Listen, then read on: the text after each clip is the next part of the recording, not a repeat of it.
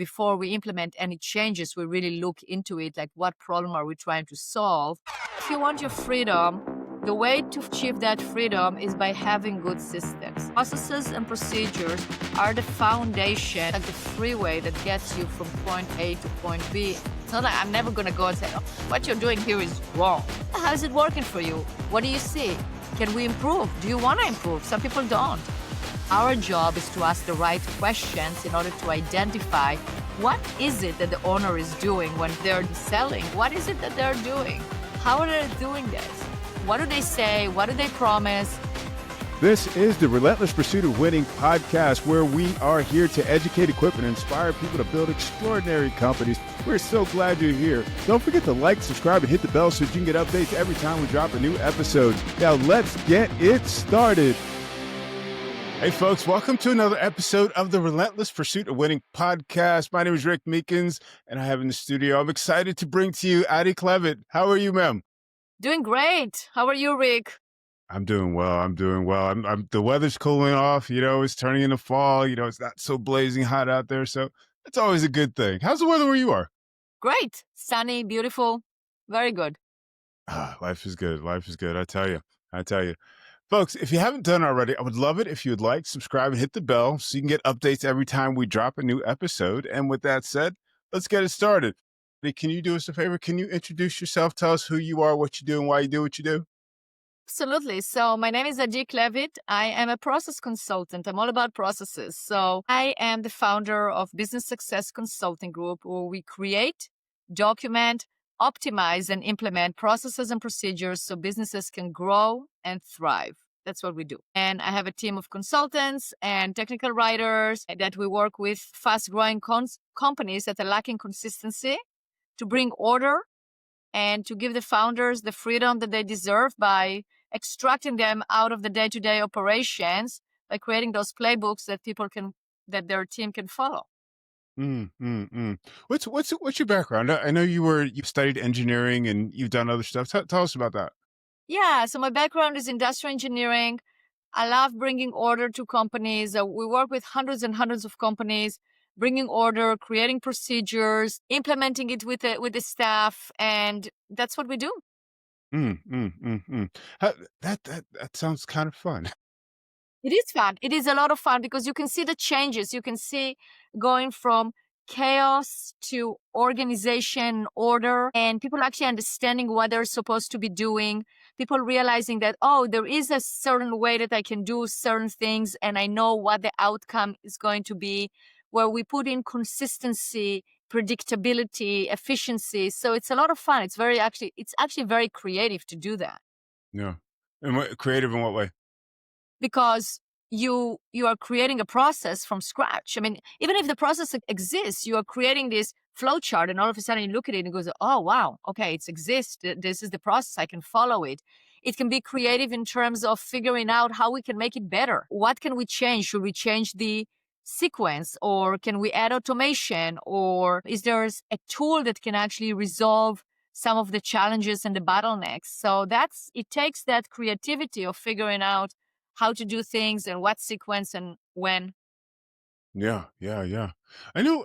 I've worked with a lot of different companies, and I've had a lot of my own companies, and that's not always the processes aren't always top of mind. It's like okay, we get a product out to market, and we want to see if the market is engaging with it. And we learn about the product, and we learn about the pros and cons and what the company's like, or excuse me, what our customers like. I mean, at what point do companies really need to start investing in processes?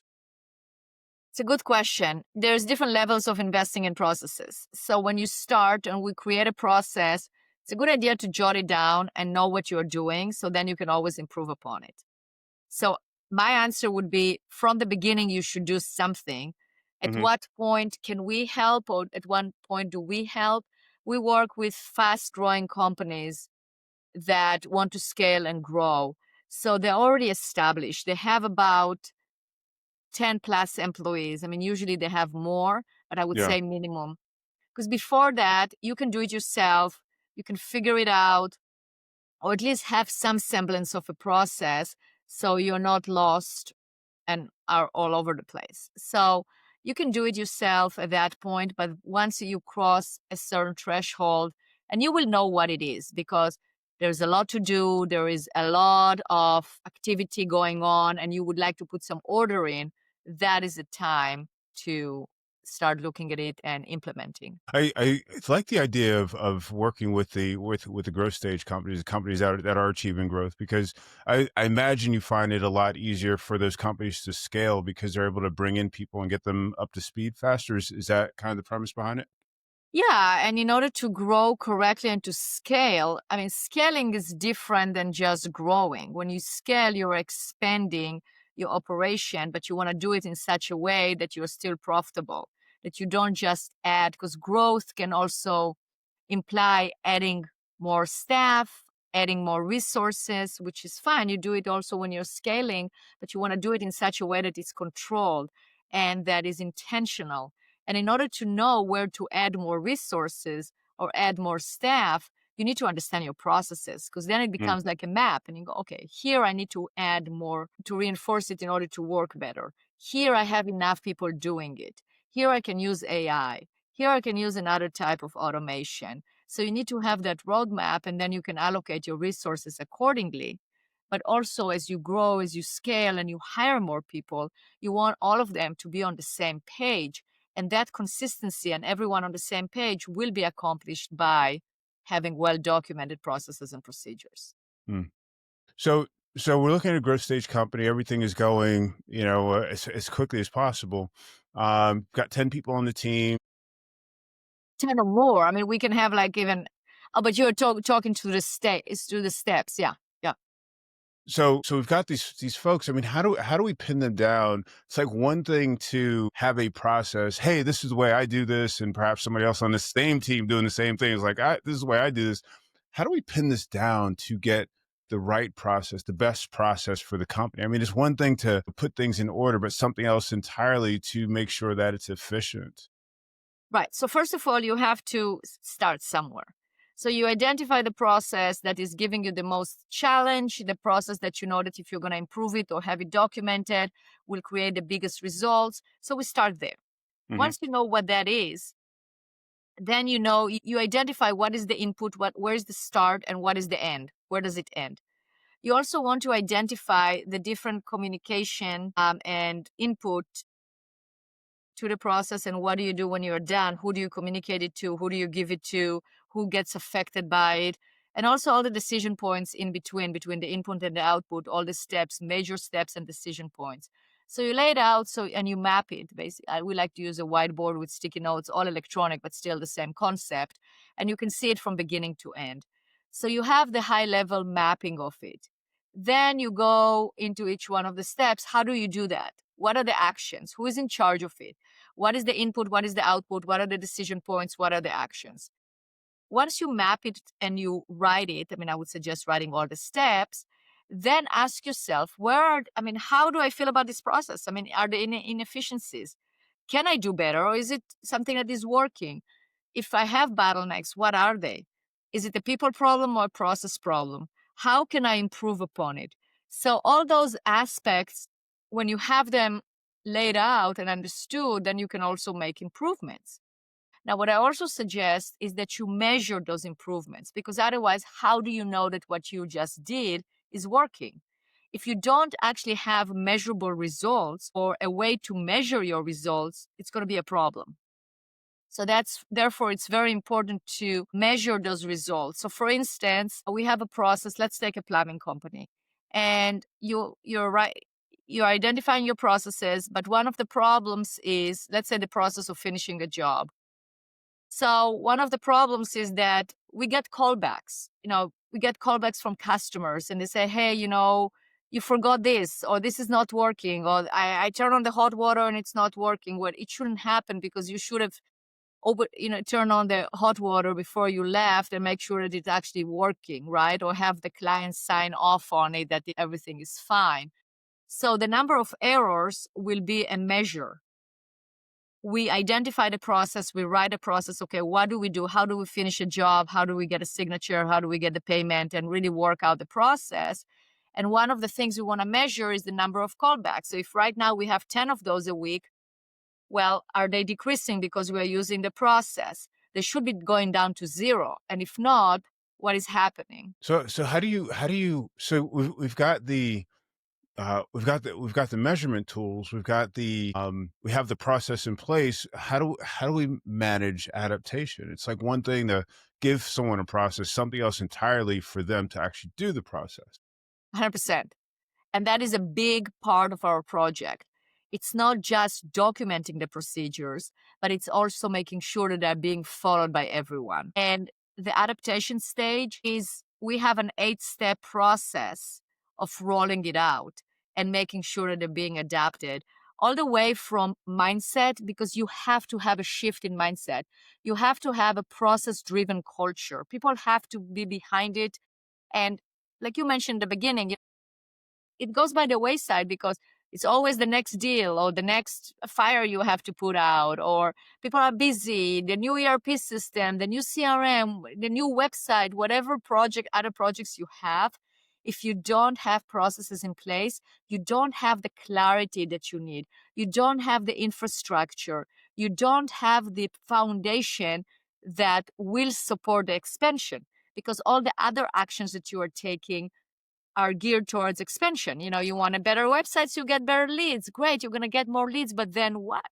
What will happen? I mean, have you ever felt, asking our listeners and probably also you, Rick, that you really cracked it in terms of marketing. Yeah, you're going to get more leads and going to close more jobs or more clients, and all of a sudden you're about to close a client. You go, wait a second, how am I even going to service that client? Because I know that my internal systems are going to collapse. Have you ever had that thought? I've coached people through that thought. It's just like, hey, Right? we need to stop the presses real quick. Let's make sure we have the back end ready to go. I think That's that is exactly so right. important. Yeah, so that's the mindset of really understanding and really figuring out the why. Why do you need processes and procedures? And do it as an exercise as a group, not just because we know about it or we read it in a book or Rick, you told us. No, it's like, really, why do you feel that we need it? I mean, how is it going to handle something that needs to be handled right now? So we start with the mindset, then we obviously we document. We want to make sure that the documentation is in one single platform, a single source of truth. And that is the key to getting adapted and followed by all, because people know where to find all those things. It's in one place. Now, once we do that, we document.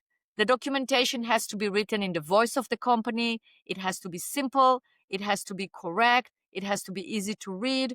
Once we have the documentation in a central platform, then we roll it out to the team. When you roll it out to the team, and that's key. Rick, sometimes I ask clients, I hear, no, I have processes, but they're not being followed. So I ask, has everybody read it? I don't know. Well, if you don't know, they probably didn't. And that is a problem, because if you don't read it, even the existing staff should read it, because it's an agreement. Everybody has to read it to know what's there. Because let's say you have been working in the company for 20 years, you never read the playbook. We hire a new staff member, they read it, and they know maybe different things than you do, or you don't even know what they're reading. It's like having a very cohesive sports team. They all Hmm. need to know what they're doing. They need to know what they're operating off of, which is the playbook. Yeah. So everybody reads it, we roll it out, we get us, and we have a whole team rollout procedure. Once we do that, then we coach how to use the procedures in day-to-day operations. So when you are identifying issues, when you are figuring out how to implement a new system, whether it's in hiring, in onboarding, when people come to you and ask questions, then what do you do? How do you handle it? What is your go to? Are you telling them, go look at the procedures, or are you continue answering the questions unnecessarily? So all of that's training. That takes training and it takes coaching. So we coach them on how to make sure the processes are being followed.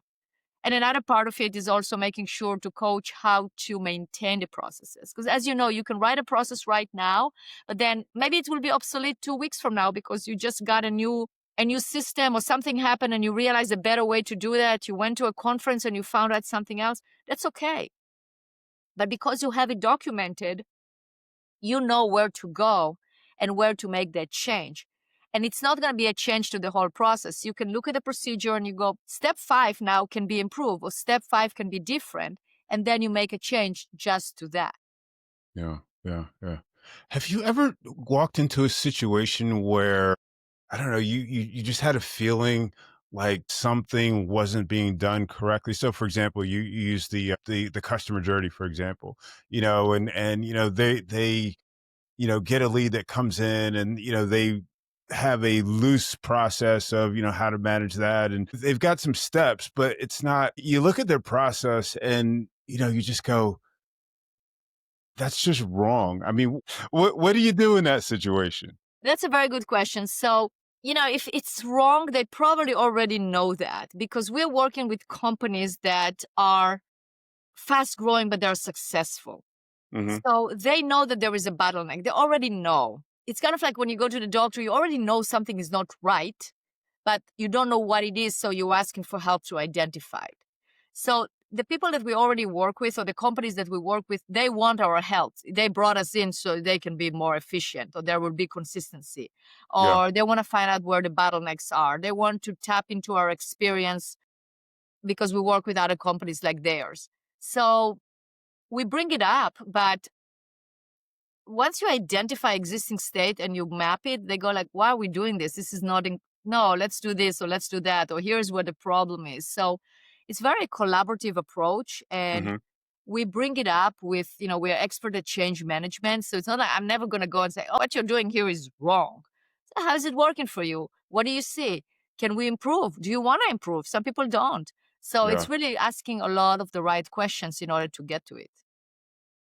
So a question for you. I mean, as you're going through different steps, are you understanding, or are you having the team talk about why they do certain things a certain way? 100%. Yes. Yes. Like, why are we doing it this way? What problem is it solving? Because maybe it's solving a problem that we just don't know. I mean, maybe they put their finger in the hole in order to stop because the dam was not working, and they don't want to have a flood. Well, it's really inefficient to put your finger there, but then we take your finger out and boom, there's a flood, right? It's just it's a silly example, but that can happen. Like, why are you doing it this way? Let's change it. And then it's actually a solution to a problem that we are not aware of. So that's why before we implement any changes, we really look into it. Like, what problem are we trying to solve? And why are you doing it before we create a change? You know what I found interesting working with is creative firms, especially those that are led by a creative. And I don't know a nice way to say this, but creative people and processes, they don't seem to always ride on the same bus. Let's say, what's been your experience, and how did you? So you're right. That is my experience as well. I mean, I experienced that, but not as a generality because I've spoke with so many entrepreneurs that are in the creative field that own very successful marketing companies, creative companies, and that have hundreds of employees or tens in the upper tens or hundreds of employees. They're very successful, and the common denominator is they have processes well documented, but not only that, the processes are being followed. So that's what I discovered. Those that remain small are the ones that don't have the processes.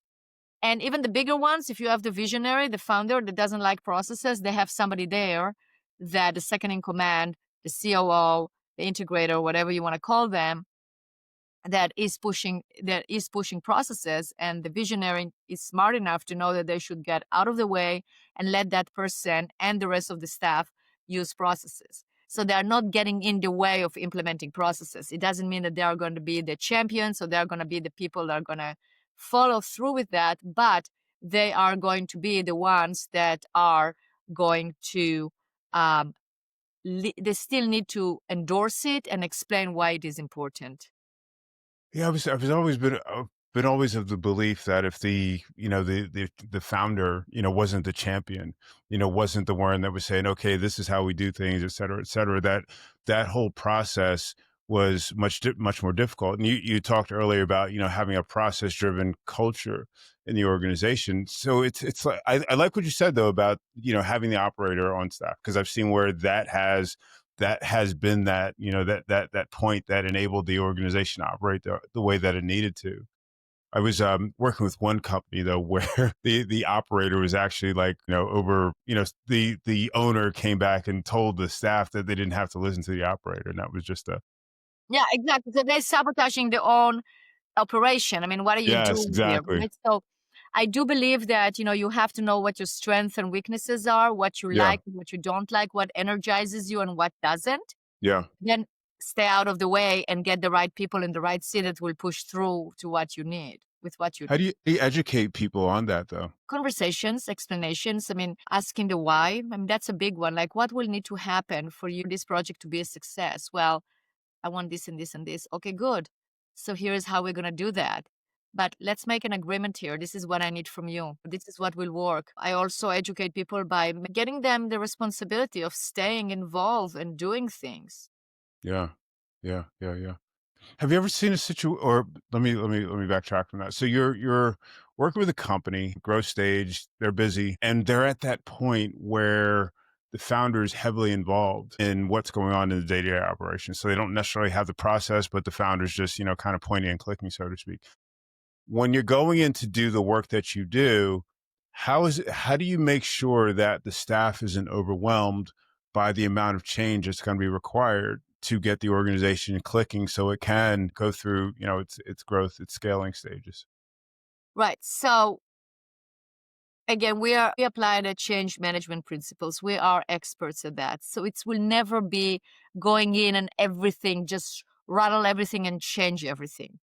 That's why, first of all, we work with each subject matter experts to extract the knowledge and document the existing processes. So it's existing. It's not something that is changing, it's something that they know, but they can see it. Then we identify and we work together with them. What are the best practices? Where do we see the bottlenecks? What is frustrating to them?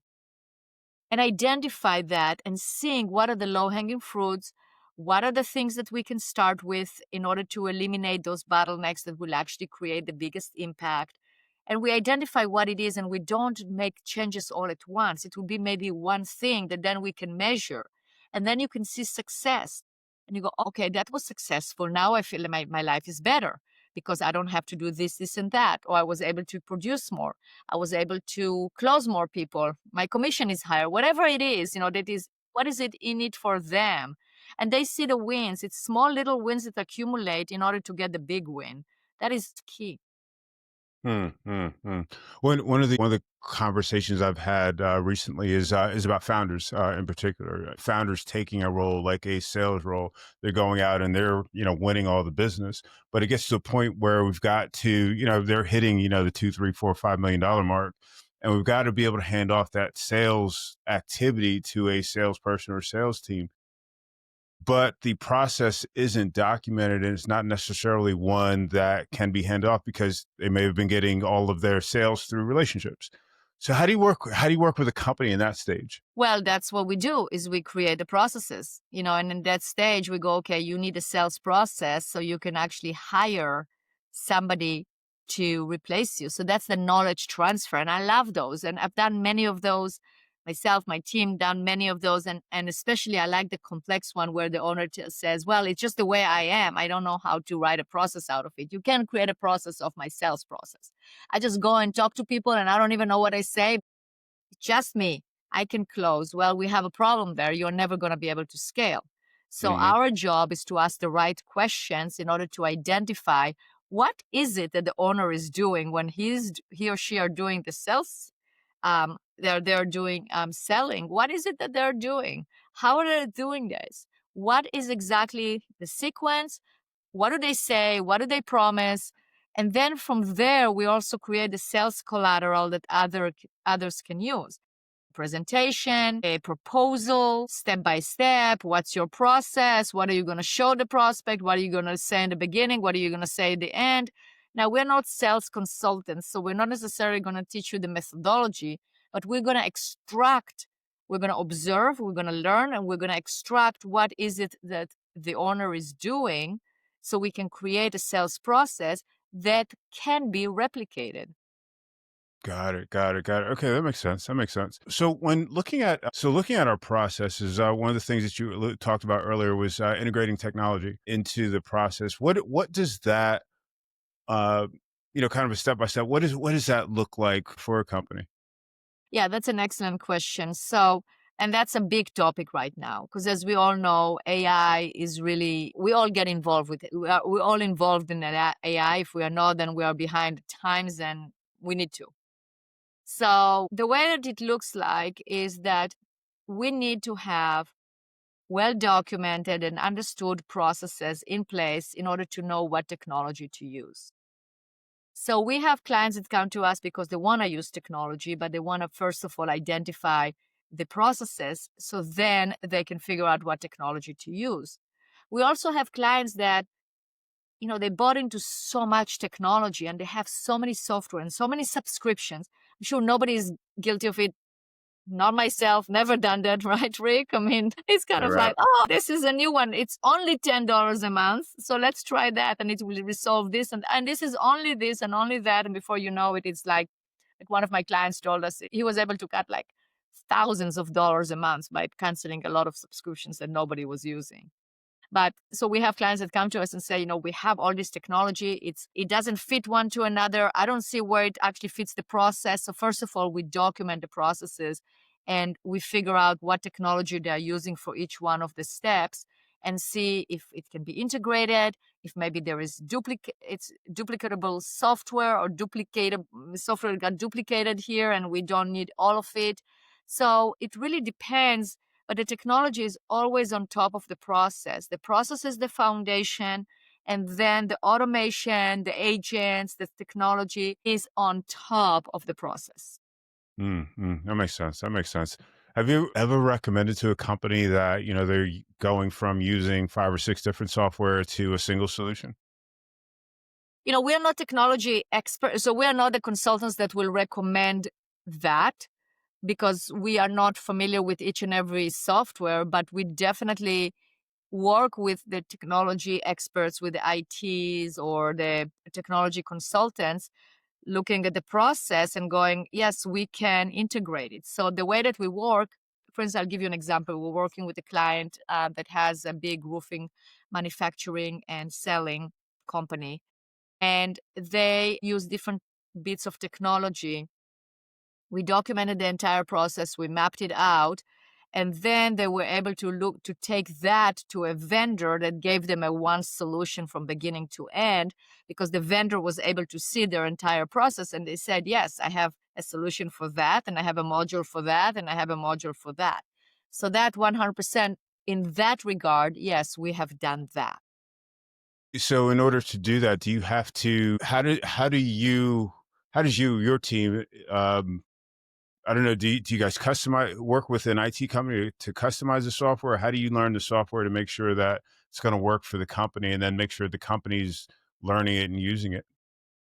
Yeah, so we work with IT consultants. They are the experts in the software. When we come to a company and they are using a software, then they're basically, we observe how they use it. So we ask the questions, we observe, we learn, and we have so much experience working with so many companies in so many industries that we can see when there are inefficiencies. Now, sometimes the inefficiencies are software related, and some of our clients will say, well, this is as far as we can take it because the software is not working past that. But we do want this, this, and that. And at that point, we will collaborate with a technology consultant. That makes sense. That makes sense.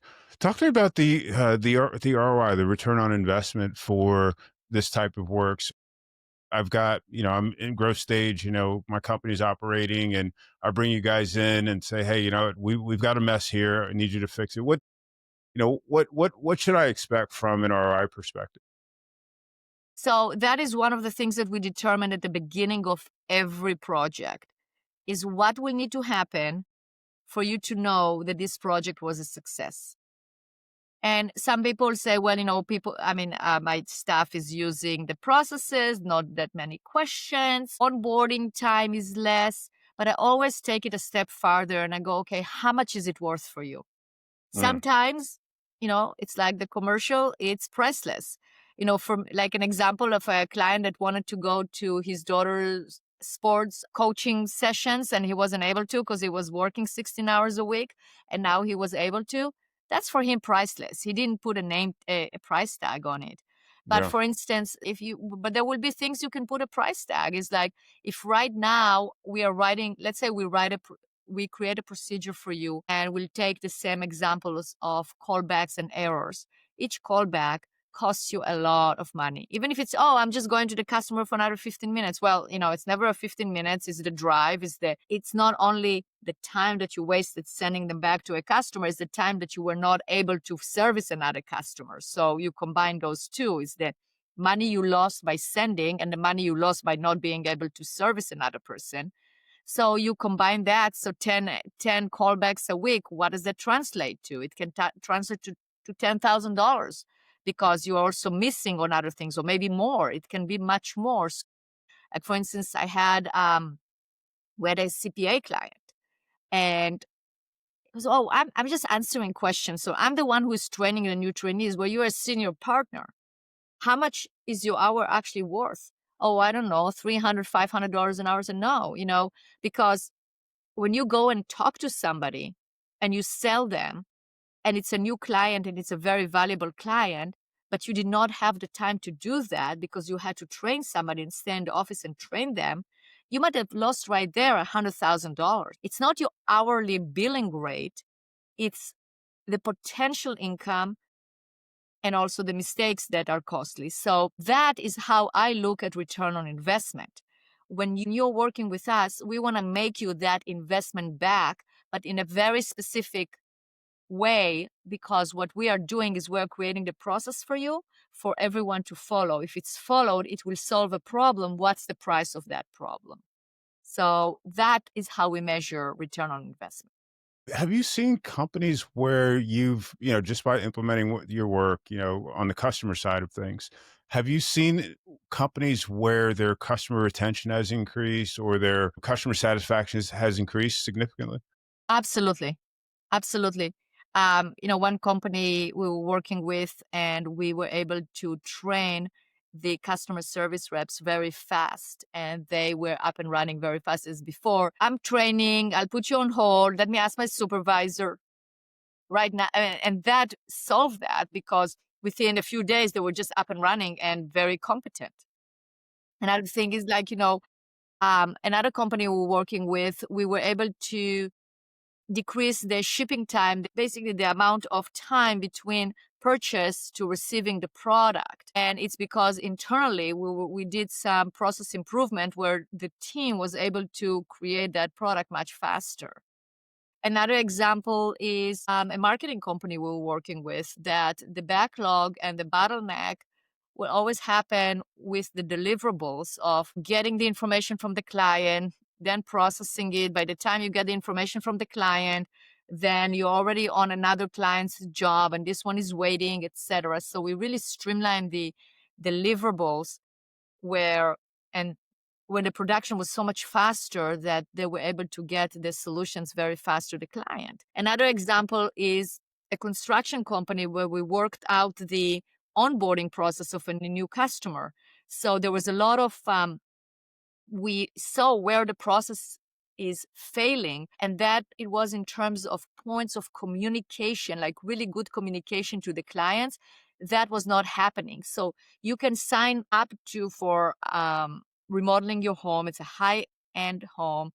You put a lot of money down, but then you are waiting. There is silence. Like 3 weeks, nothing happens. So then you start wondering, and then the customer is not satisfied. And then you have to handle that. And you have to, some of them cancel.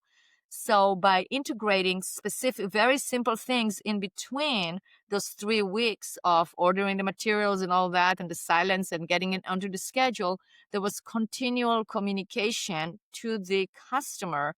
They didn't have those complaints anymore and no cancellations. So those are, it sounds like simple things, but they're very powerful when you really identify the points where the process can be improved. How did you know to address those? Like, those types of issues. I mean, if it wasn't something, I'm assuming that the company may not have seen, those issues, but I'm guessing that you may have. Is that accurate? Yeah, and that's why I said in the beginning, it's actually pretty creative. And you ask you, how is it creative? Well, We have to constantly think, constantly use our experience. I mean, our uh, the benefit of us looking at it is because we work with so many companies and we've seen so many solutions that we just know. It's kind of like when you go to a doctor, you go like, "How did you know that that's what was wrong with me?" I said, "Well, you are like my 101 patient that I already saw it, right? Or the thousands patient, you kind of know. But if you're not trained in it, if that's not your profession, then you don't know." Yeah. Yeah. Absolutely. But Absolutely. that's what we are. We are also a very creative team in terms of like, what is the problem we're trying to solve here? What's happening? We ask a lot of questions. That's how we uncover it. Like, what are you running into? What's happening? I mean, are there any cancellations? Is anybody not satisfied? Because we identify what is it that we want. We want satisfied customers every single time.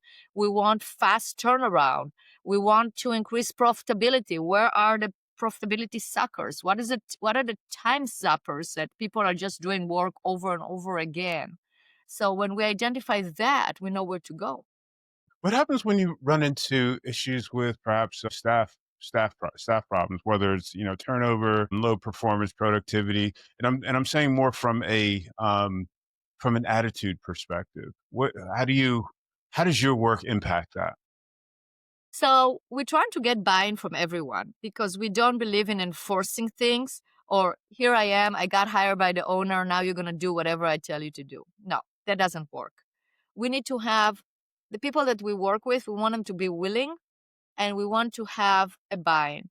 We want them to understand that we're here to help them and not to enforce anything. It has to be a partnership. So when we encounter attitude like that, it's we handle it by figure out. I mean, we get in communication and find out what is, can we get a buy-in from that person? Can that person get on board and see the benefit? Usually, yes. There might be like a very small percentage when it's not, and the owner already would. They know it. And we ask at the beginning, is there anybody here that we are going to get an attitude from? That is going to be an obstacle? What are the obstacles we're going to run into in this project? And they tell us, and we know. So then we are prepared, and the owner knows them. They know it as well. So we figure it out and we work with them.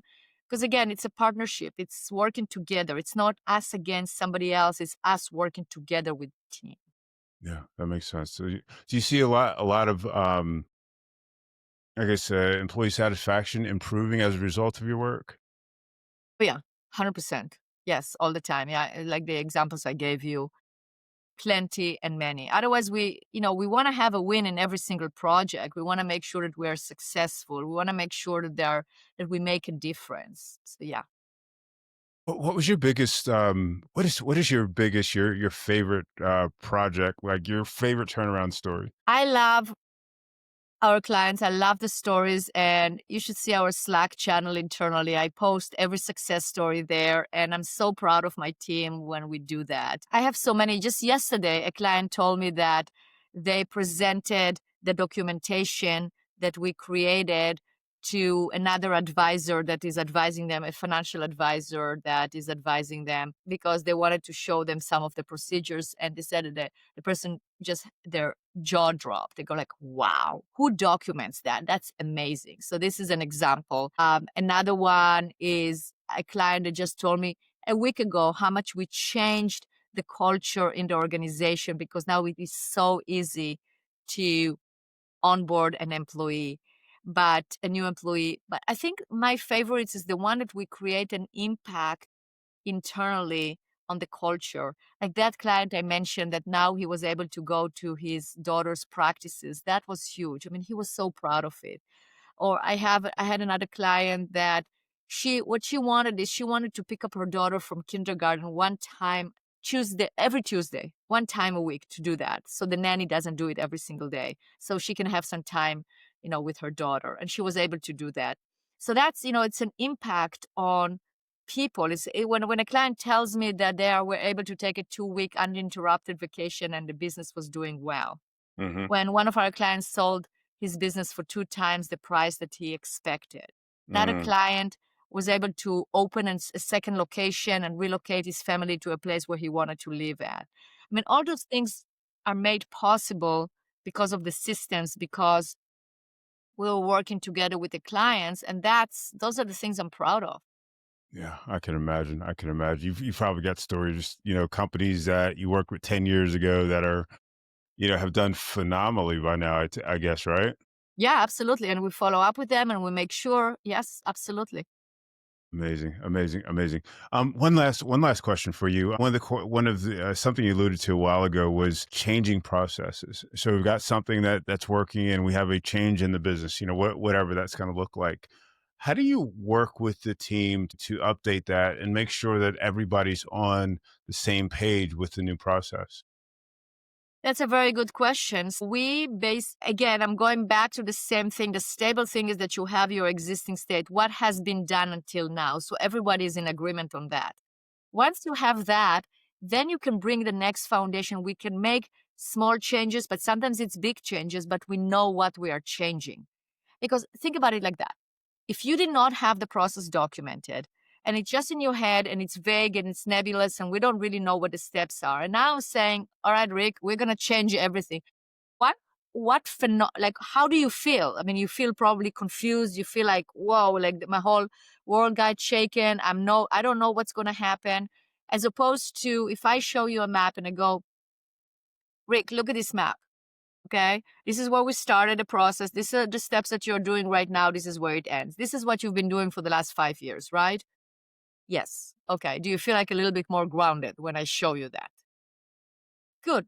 And then I go, okay, well, you know what? Now we're using software X. Now we're going to use software Y. Software Y can eliminate step 1, 2, and 3. Do you see that? Good. This is how software Y works. I see. Okay. You know how to place it exactly. You know what the pieces of the puzzle are.